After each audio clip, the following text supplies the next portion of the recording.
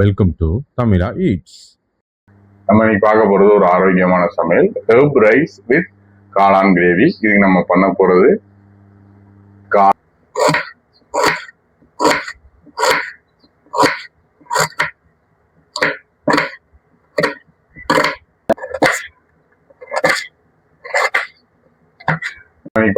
ஒரு ஆரோக்கியமான சமையல், ஹெர்ப் ரைஸ் வித் காளான் கிரேவி. இதுக்கு நம்ம பண்ண போறது காளான்.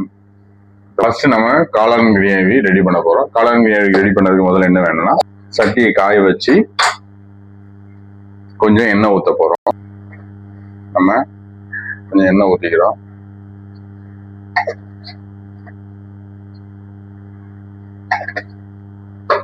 காஞ்சிட்டு நம்ம என்ன பண்ண போறோம்னா, தக்காளி, பல்லாரி, இஞ்சி, பூண்டு, மிளகா, மல்லி இலை எல்லாத்தையும் லைட்டா வதக்க போறோம்.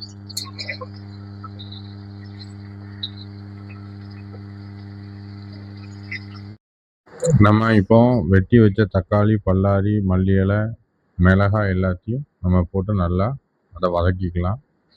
நல்லா வதங்குற வரைக்கும் தக்காளி எல்லாம் நல்லா மசியணும். பல்லாரி கலர் மாறணும். நல்லா வதக்குங்க. நல்லா வதக்கணும். அதுலேருந்து ஒரு ஸ்மெல் வரும். இந்த பல்லாரி, தக்காளி வதங்கினதுக்கான நல்ல ஸ்மெல் வரும். இந்த ஸ்மெல் வர வரைக்கும் வதக்குங்க. அடுப்பை கொஞ்சம் கம்மியாக வச்சுட்டு வதக்கினா அது ரொம்ப நல்லாயிருக்கும். இந்த டிஷ்ஷு காளான் ஃப்ரை எப்படின்னா ரொம்ப ஆரோக்கியமானது, நல்லதும் கூட. நம்ம அது காளானை எடுத்துக்கலாம். காளானை எடுத்து நம்ம பெரிய காளானாக இருந்துச்சுன்னா அதை நம்ம என்ன பண்ணுறோம்னா 4ஆக வெட்டிக்கிடுவோம். ஆமாம், நம்ம காளானை 4ஆக வெட்டிட்டு சின்ன சின்னதாக வெட்டிட்டு அப்போ நம்ம அடுப்பில் இப்போ வதங்கிக்கிட்டு இருக்கிறத பார்ப்போம். நம்ம பாருங்கள், நல்லா வதங்கிக்கிட்டு இருக்கு. ஒரு கிண்டி விட்டுக்குவோம். இதை நல்லா கிண்டி விட்டதுக்கப்புறம் நம்ம அதில் ஒரு ஜார் எடுத்து ஜாரில் போடணும். ஜாரில் போட்டு அதை நல்லா மிக்சியில் குறன்னு ஒரு அரை அதை அரைச்சி எடுத்துட்டோம்னு வச்சுக்கோங்க, நமக்கு மசாலா ரெடி. நம்ம இப்போ என்ன பண்ண போகிறோம்னா, அந்த வதக்கின சட்டி இருக்குல்ல, வதக்கின சட்டி எடுத்து நம்ம என்ன பண்ண போகிறோம்னா, மறுபடியும் அதை அடுப்பில் வச்சு நம்ம சூடு பண்ண போகிறோம். அடுப்பில் வச்சாச்சு. அடுப்பில் வச்சுட்டு நம்ம என்ன பண்ண போகிறோம்னா, அந்த அரைச்சி வச்ச மசாலா கிரேவியை எடுத்து இப்போ இதுக்குள்ளே நம்ம ஆட் பண்ண போகிறோம். முதல்ல குறைய எண்ணெய் ஊற்றி இந்த மசாலாவை சேர்த்துக்கிடுவோம். மசாலாவை நல்லா எல்லாத்தையும் க்ளீன் பண்ணி வடித்து போட்டுக்கலாம். நம்ம இதில் எந்த தண்ணியுமே நம்ம இப்போ சேர்க்கக்கூடாது. கடைசி நமக்கு எவ்வளோ தேவையான தண்ணியோ அந்த தண்ணியை நம்ம கடைசி சேர்த்துட்டு ஒரு 2 நிமிஷம் கொதிக்க வச்சா போதும். இப்போ இந்த மசாலாவை நல்லா வதக்கணும். ஏற்கனவே நம்ம வதங்கினதுனால இப்போ ரொம்ப நேரம் நம்ம அதை வதக்க வேண்டாம். இது சாப்பிட்றதுக்கு நல்ல ஒரு காளான்னு அந்த ஒரு பச்சை வாடை கண்டிப்பாக வரவே வராது. இப்போ இது மசாலா நல்லா கொதிச்சுக்கிட்டு இருக்கு. நம்ம இப்போ இது கூட என்ன சேர்க்குறோம்னா கரம் மசாலா சேர்க்குறோம். அதுக்கப்புறம் கொஞ்சம் மல்லி இலை கடைசி சேர்க்கணும். இப்போ என்னது, மிளகாய்த்தூள் சேர்ப்போம். மிளகாய்த்தூள் கொஞ்சம் தேவையான அளவு சேர்த்துக்கிடும். ரொம்ப உரப்பாக இருந்தாலும் பிள்ளைங்க சாப்பிட மாட்டாங்க. அதனால் உரப்பில் மட்டும் கொஞ்சம் கான்சன்ட்ரேட் பண்ணி நம்ம ஆட் பண்ணிக்கலாம். இப்போ நம்ம மிளகாத்தூளை ஆட் பண்ணியாச்சு.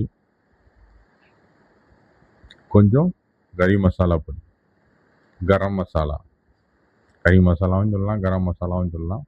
அதை போட்டு நல்லா அந்த பல்லாரி இந்த வதக்கி நம்ம மிக்சியில் அரைச்சி வச்சுருக்கோம்னா அது கூட நல்லா மிங்கிள் ஆகிற மாதிரி, மிக்ஸ் ஆகிற மாதிரி நம்ம அதை நல்லா கிண்டி விட்டுக்கலாம். அதை நல்லா கிண்டி விட்டுக்கிட்டு எல்லா பக்கமும் அந்த மசாலா படுற மாதிரி, இந்த கரம் மசாலா, வத்தப்பொடி, அதுக்கப்புறம் கறி மசாலா, அது எல்லாமே எல்லா பக்கம் படுற மாதிரி நல்லா கிண்டி விட்டுக்கிட்டே இருக்கும்போது நம்ம எண்ணெய் ஊற்றினோம்ல, அந்த எண்ணெய் ஊற்றுறது அந்த கறியில் மசாலாவில் சைடில் அப்படி தெரியும். அந்த எண்ணெய் ரீட்டைன் ஆகும். ரீட்டைன் அப்படின்னா நம்ம ஊற்றி முதல்ல அந்த மசாலா எண்ணெய் அந்த மசாலாவை குடிச்சிடும். அதுக்கப்புறம் நல்ல ஹீட்டாக நல்லா மசாலா வேக அந்த எண்ணெய் அப்படி வெளியே ரிலீஸ் ஆகும். வெளியே ரிலீஸ் ஆகும்போது நம்ம என்ன செய்யணும்னா, நம்ம வெட்டி வச்சுருக்க காளான் எடுத்து போடுவோம். அதுக்கு முன்னாடி கொஞ்சம் உப்பு சேர்த்துக்கிடுவோம். உப்பும் கரெக்டான அளவு. அதாவது எவ்வளோ நம்ம சில வீட்டில் கம்மியாக சாப்பிடுவாங்க, சில வீட்டில் உப்பு நிறையா சாப்பிடுவாங்க, ஒரு வீட்டில் ரொம்ப லிமிட்டடாக சாப்பிடுவாங்க. ஆனால் உப்பை நம்ம தேவையான அளவுக்கு சேர்த்துட்டு அதுவும் நல்லா மிங்கில் ஆகிற மாதிரி நல்லா கிண்டி விட்டுக்கிறோம்.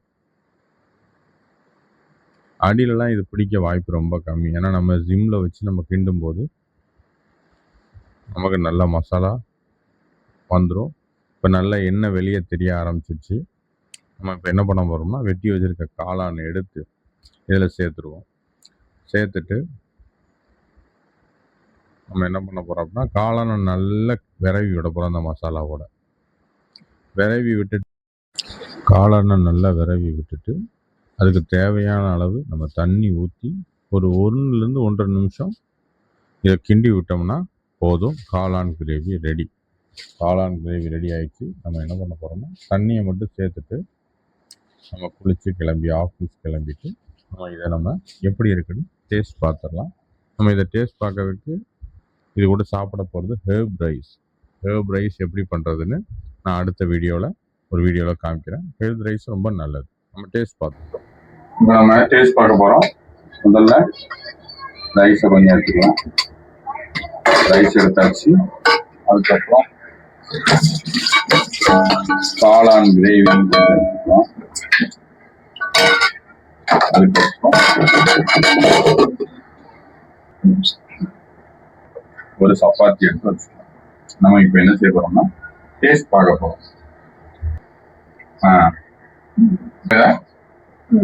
இப்போ நம்ம இதை டேஸ்ட் பார்த்துடலாம். முதல்ல கிரேவி வச்சு கொஞ்சம் ஹெர்பல் ரைஸ் வச்சு நம்ம டேஸ்ட் பார்ப்போம்.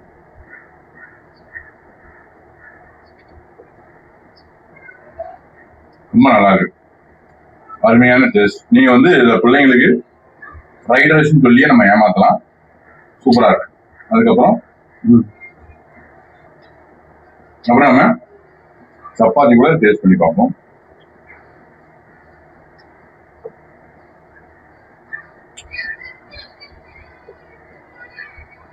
ரெண்டு இதுமே டேஸ்ட் சூப்பரா இருக்கு.